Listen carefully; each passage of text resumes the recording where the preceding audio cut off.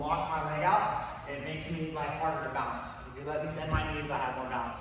So that's part of it. One, so I don't drop my knee.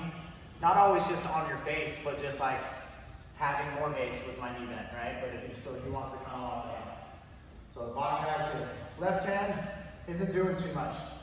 But the top guy just gotta be conscious of like, I don't want him to grab my ankle over the top. I got a super easy sweep take, you know. Anytime you got two hands on two legs, you got a double leg version, right? So I don't want to just like give him my left leg. Okay? So how I manage this position, several different ways. I'm keeping my left leg away. You gotta imagine he's probably gonna try and circle to my you want to grab it? You know what I mean?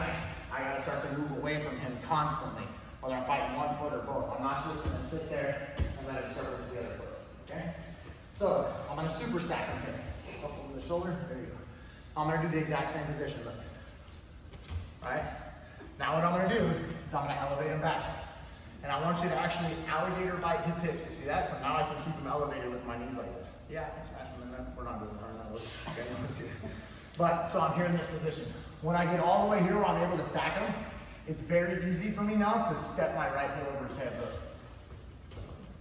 It's way easier than you think. My left leg's gonna come into the pocket. All right, now I'm in the exact same spot. Okay. So going from single X. So like when we do no-gi especially, gi's a little bit different, but no-gi, I don't want to change grips a bunch. The more times that I have to change grips, especially when we're sweaty and all that stuff, the more opportunity he has to escape. In the gi, it's different. The gi, you can grab the sleeve in order to grab the elbow, in order to grab the collar, and you can gain grips differently in the gi.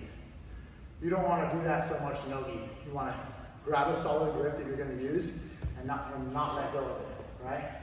So that being said, I also, if I have a grip that I don't need to move a lot, I can have the same escape in my head.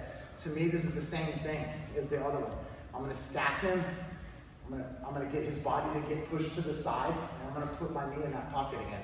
To me, it's the same thing as the ashi in my brain, right? So I'm here, I get my stack. I start to now stack him up, and I pinch my opponent's hips. Okay? Now I'm able to step over his head very easily. Okay? I've got two options from here. Bring him down to side control like we just did. Right? And we go into our mount. Or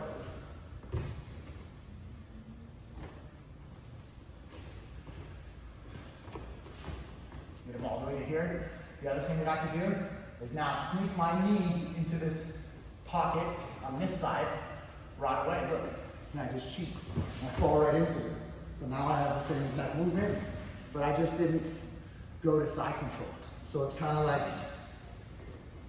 you do that yoke mount, you do that air and roll from side control, but I'm just, my opponent's here. So I'm sticking my knee in here, right? When he's on the side, I'm sticking that knee in here. The same one that was heel hooking up. The knee goes here.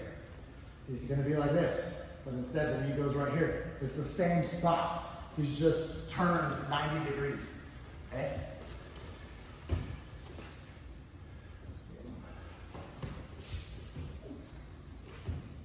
Ride him out. We're gonna try and fight this for a second. Then eventually we'll have the stack, and I'm here. Now I can either go into side control, or I put my knee in the pocket, and I'm already down like this.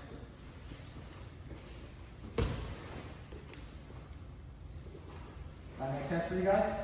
One last time, and I'll just do the basic one to side control. Yep. Sorry.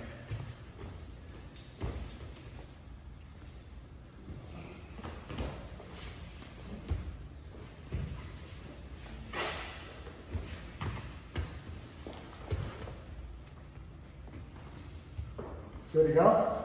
Think you got that? Ready, set?